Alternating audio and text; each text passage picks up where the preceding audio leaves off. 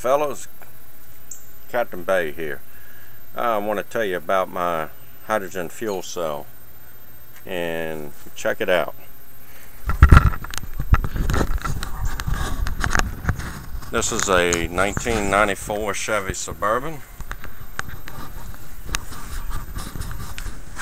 and I have it mounted in the skid, my electrolyzer mounted in the skid plate, as you see there. I'll try to give you some other pictures of it.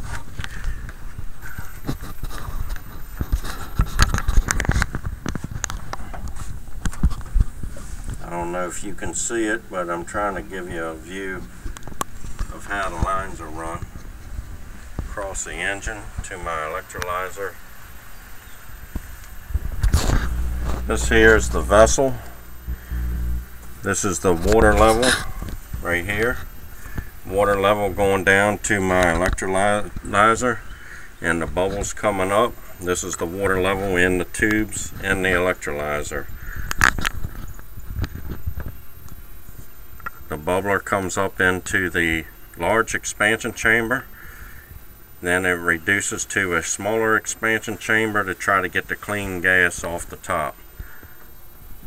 Don't glue this lid down. Put an O-ring on there and seat it in there. I made a mistake when I did that.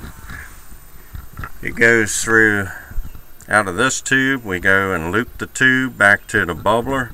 The bubbler is a U-shaped bubbler. I filled it with white vinegar. It crosses over. It has filters on both sides using screen.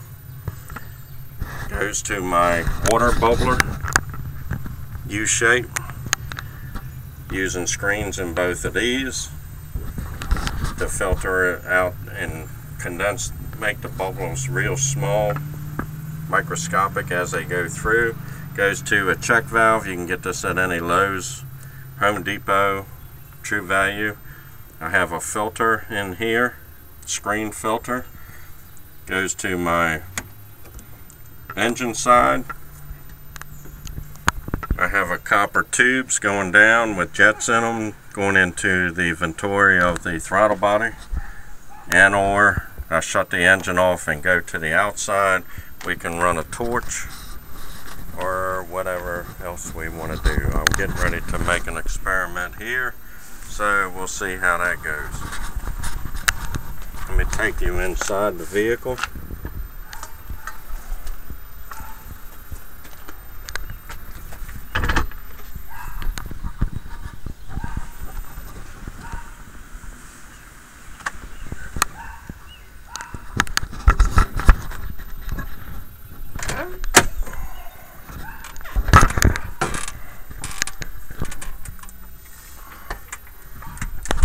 My pulse width modulator.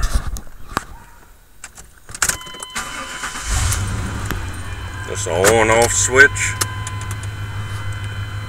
This lead is coming from the battery to a fuel pump relay, which I'm getting my juice off the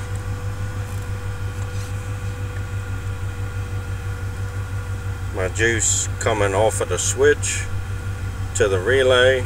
The relay's clicking, flipping it over, feeding juice to my pulse width modulator, and the ground, and my ground to my electrolyzer. And this will be my positive side to my electrolyzer going back out. That's the two wires, one coming in from the battery, the other one going to the electrolyzer. This is going a temperature sensor down on the electrolyzer, going to a temperature board,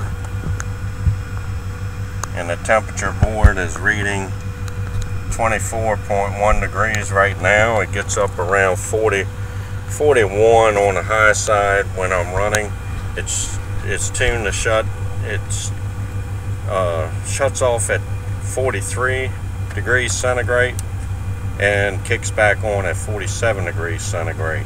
So it runs cool. We're reading 10.54 volts at 13.25 amps. 12.5 to 13 amps.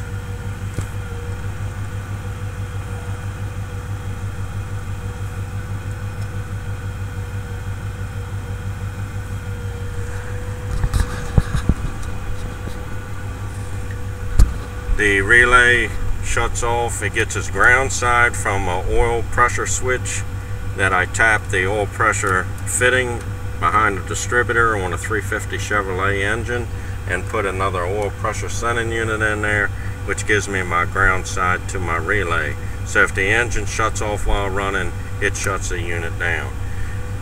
The positive side is coming off of the ignition side of the fuse block, going into the relay to kick the relay on.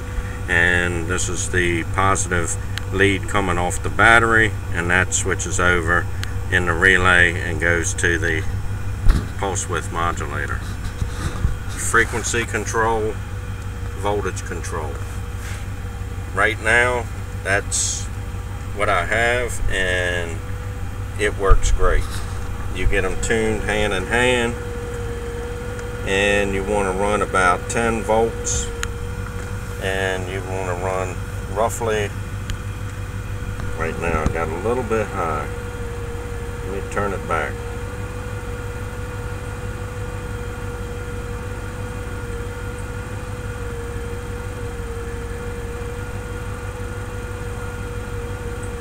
Right about there, 10 and 10, that's what I look for.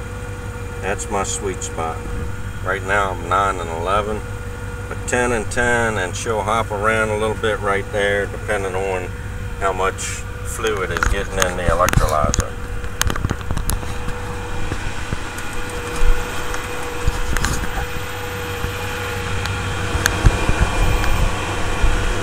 Alright folks,